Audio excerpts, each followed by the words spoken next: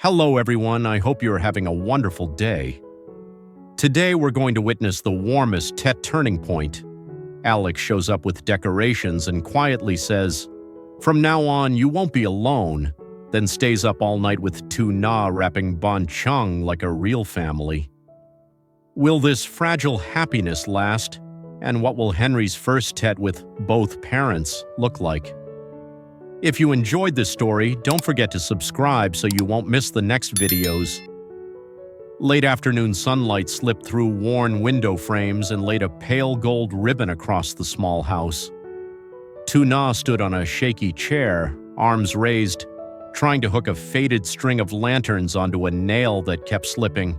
Her fingers trembled, not from the height, but from the pressure of wanting this Tet to look proper, even if her life still felt unfinished. Henry lay in his crib with wide, curious eyes, cooing softly whenever the lantern string sagged, like he was encouraging her. A gentle knock came at the door. Before she could answer, Alex stepped in, the chill of the street still clinging to his coat. He carried a cardboard box packed with decorations and paused when he saw Na balancing on the chair. "Let me help you," he said. Na opened her mouth to protest, but Alex had already set the box down and started unpacking. Fresh LED light strings, bright red couplets, and strong tape. "These won't fall apart," he said simply, holding up the new lights. Na climbed down and watched him for a second, unsure if she was allowed to accept help so easily. Alex spread a small mat on the floor. "Come on," he said. "We'll do it together." They worked side by side, taping the couplets straight and rehanging the lanterns. When the string needed to reach higher, Na moved for the chair again, but Alex stopped her. "I'll hold it," he said. He steadied her waist as she stepped up and guided her hand toward the hook. For a brief second, his fingers brushed hers. Warmth ran up Na's arm like a quiet spark, and she froze, breath-catching. She glanced toward Henry first, like she always did when she felt something too strong, then looked back at Alex. His eyes met hers, soft and wordless, filled with shy gratitude and something deeper she didn't know how to name. Alex smiled, almost embarrassed. "Our home will shine brighter this year," he said. Na lowered her head quickly, pretending to focus on the string, but a tear slipped down her cheek anyway. She wiped it off fast. Henry let out a tiny giggle as if even he understood the house had gained one more source of warmth. As afternoon faded into dusk, they went to the Tet flower market. The place was alive, lights, voices, colors, like a warm river cutting through winter air. Alex pushed an old stroller with Henry tucked inside, blinking at everything. Neon reflections danced in Henry's eyes. Na walked beside them with a red scarf around her neck, fingers tightening around her bag strap as they entered the crowd. The scents were everywhere: peach blossoms, apricot branches, chrysanthemums. People called out prices and bargained loudly.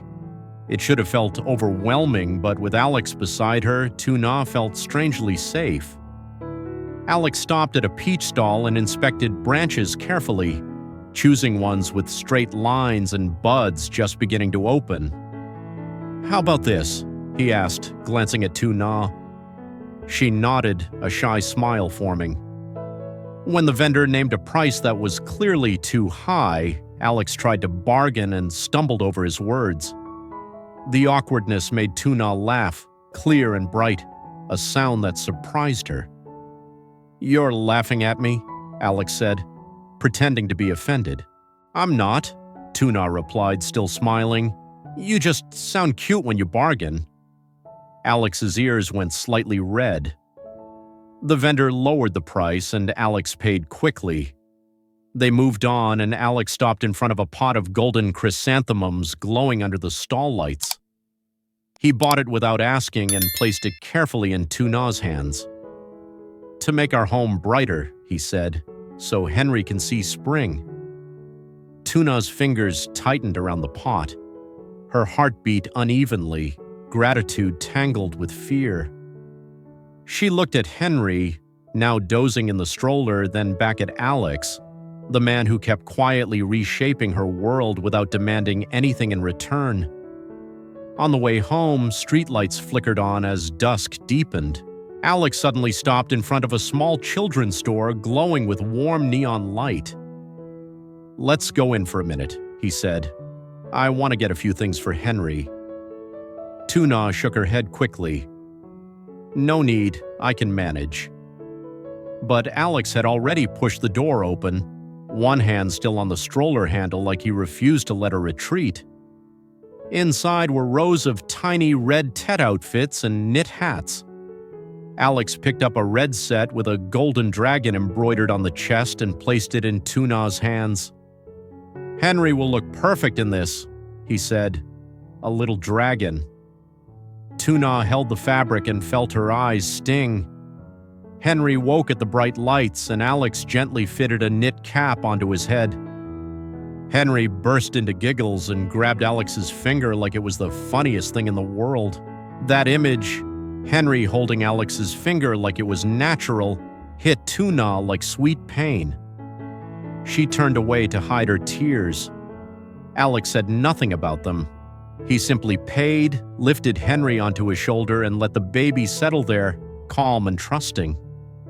Walking home, Tuna stayed close beside them, emotions heavy and messy, gratitude, hope, and a quiet fear that this warmth might be temporary.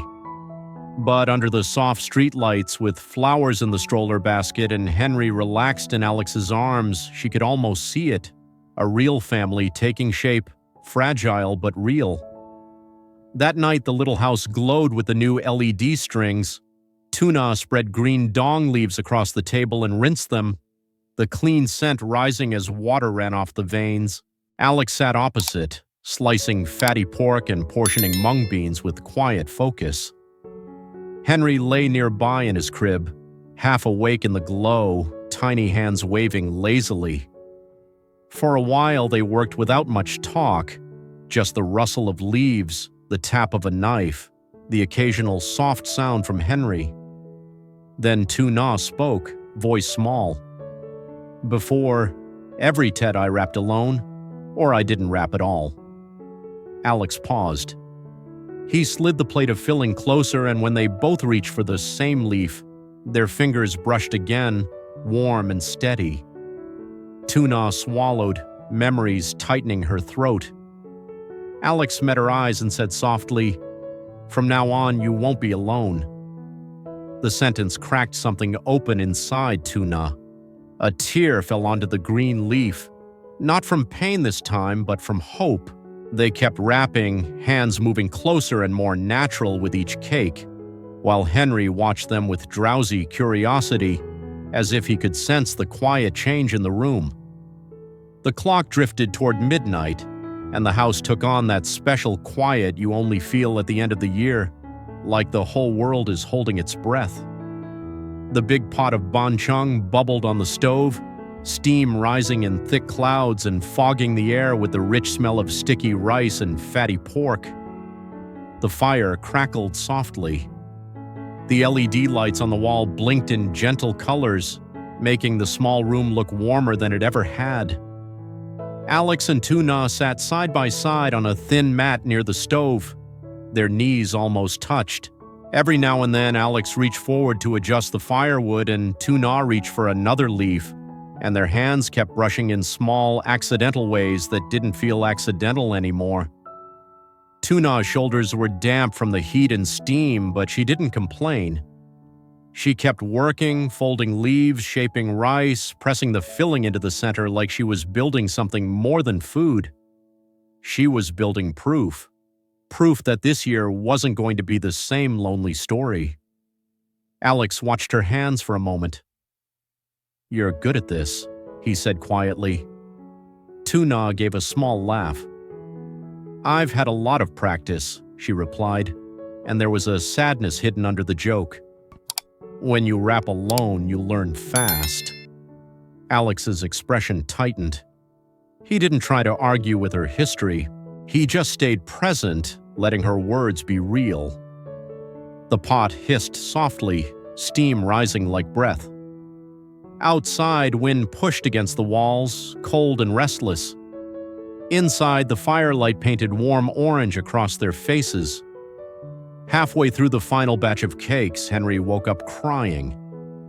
The sound cut through the room, sharp and urgent, the way a baby's cry always does, like the world has to stop and respond. Tuna jumped up immediately, moving to the crib. Her arms were still wet from washing leaves, her hair slightly messy from steam, but the second she lifted Henry, he calmed a little, pressing his face into her shoulder. "It's okay, baby," she murmured, rocking him gently. "Mommy's here." Henry sniffled, then cried again, reaching out like he wanted something more than comfort. Alex stood up and came closer, but he didn't take Henry from her. He simply placed a hand on Tuna's back, steady, quiet support, and said softly, "I'll finish the wrapping. You take care of him." Tuna looked at him, surprised for a second. In her mind, she was used to being the one who did everything: cook, clean, soothe, carry. But Alex had already sat down again, picked up the next leaf, and started wrapping with careful focus. His movements weren't perfect, but they were sincere. He folded the leaf the way he'd watched Tuna do, pressed the rice down, measured the filling by instinct, and tied the string a little crooked, then fixed it without frustration. Tuna watched him while rocking Henry, and something tight in her chest loosened. Not because she needed someone to do her work, but because she realized she didn't have to hold the whole night alone anymore. When Henry finally quieted, Tuna sang a soft lullaby. Her voice trembled at first, then steadied. Henry's eyelids drooped, and his tiny fingers clutched Tuna's collar like he was anchoring himself. After a while, she laid him back in the crib. Henry stayed awake but calmer now, eyes following Alex's hands as he wrapped another cake. The baby's gaze moved between the two adults like he was studying them, as if even he sensed something important was happening. Tuna returned to the mat and sat beside Alex again. She looked at the stack of finished cakes and then at the bubbling pot, and her voice came out choked with emotion. "I never imagined a Tet night like this," she whispered. Alex glanced at her, a quiet smile forming. His hand rested over hers on the finished cake, almost unintentionally. "Neither did I," he said. They didn't say more after that. They didn't need to. The crackle of flames and the steady bubbling of the pot filled the space between their breaths. Hours later, the last cake was tied and placed neatly in a row. Alex checked the stove and adjusted the fire one more time. Tuna's eyes were heavy, but her face looked softer than it had in years. The kind of tired that comes from warmth feels different than the tired that comes from loneliness. When the cakes were finally done, Alex turned off the stove carefully. Together they lifted the lid, and a wave of fragrance flooded the room. Sticky rice, pork, mung beans, and that green scent of dong leaf that always smells like home. Square cakes lay in neat rows, steamed and perfect. Tuna lifted one with both hands, as if it was something sacred. Tears fell again, but this time they didn't taste bitter. Alex reached up and wiped her cheek with warm fingers. His touch was gentle, almost shy. Tuna didn't pull away. She just looked at him, eyes shining. No grand words, no dramatic vows, only the quiet understanding that they had stayed awake together, shared the work, and held the night like a fragile gift. Henry fell asleep again in the crib, breathing steady. Outside, the wind howled cold, but inside the house held warmth that didn't flicker. Early morning arrived on the first day of Tet. The year's first sunlight slipped through the curtains and landed on an offering tray arranged neatly on the small table. Green banh chung, a 5-fruit platter, peach blossoms in a vase, bright red couplets on the wall. The golden chrysanthemum sat near the window, glowing softly. Tu-na wore a deep red ao dai. Her hair was pinned neatly and her face looked brighter than it had in a long time, not because she had makeup, but because she had peace. Alex stood beside her in a simple white shirt, holding Henry in his new golden dragon outfit. Henry beamed, tiny hands clutching Alex's collar with proud seriousness, like he knew he was dressed for something important. Together they lit incense and offered quiet prayers. The smoke rose in thin curls and the room smelled sweet and sacred at the same time. Afterward, Alex sliced the banh chung into neat squares. Tu-na took a piece and her eyes shimmered as she tasted the familiar warmth. Henry babbled happily between them, smacking his lips like he wanted to join the feast too. Alex lifted a cup of hot tea and spoke gently. To our family, peace, health, and always having each other. The word family hung in the air and tightened Tu-na's throat. She pulled Henry close, and tears slipped onto his shoulder. Alex stroked her back silently, not trying to stop the emotion, only staying present. Tet filled the house with Henry's giggles, incense smoke, warm sunlight, and the soft clink of cups. Tu-na looked at Alex, heart overflowing with gratitude and something deeper that couldn't fit into words. "Thank you," she whispered, "for everything." Alex smiled and squeezed her hand beneath the table.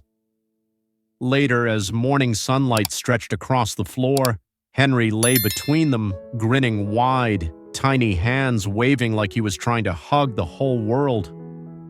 Tu-na sat beside him, her ao dai still faintly carrying incense scent. She leaned her head on Alex's shoulder, lightly, almost as if she feared breaking the moment. Alex didn't move away. He tilted his head slightly, letting her hair brush his cheek. His fingers threaded through hers, warm and steady. Outside the window, peach petals drifted in the breeze like gentle blessings. Inside Tu-na's heart, the regret of lonely years began to dissolve, replaced by hope. Hope for future Tet mornings, for laughter that stayed, for love that grew from simple sharing. Henry laughed louder and Alex squeezed Tu-na's hand once, a quiet promise. No grand vows were needed. The small house was no longer a temporary shelter. It was home, 3 hearts beating in unison, welcoming a new year filled with light. Tu-na tries to decorate the small house for Tet while caring for Henry, feeling nervous and alone. Alex arrives with a box of new decorations, gently helps her hang lanterns and red couplets, and the home begins to glow with warmth. They take Henry to the busy flower market, buying peach branches and bright chrysanthemums, sharing small laughs that ease Tu-na's guarded heart. On the way home, Alex insists on stopping at a children's shop to buy Henry a red outfit with a golden dragon, and Tu-na is moved by the fatherly tenderness she sees. That night, they wrap banh chung together under blinking lights and fire heat. When Henry wakes crying, Tu-na soothes him while Alex quietly continues wrapping in her place. At sunrise on the first day of Tet, they pray, share banh chung, and toast our family, as Tu-na finally feels true wholeness and hope.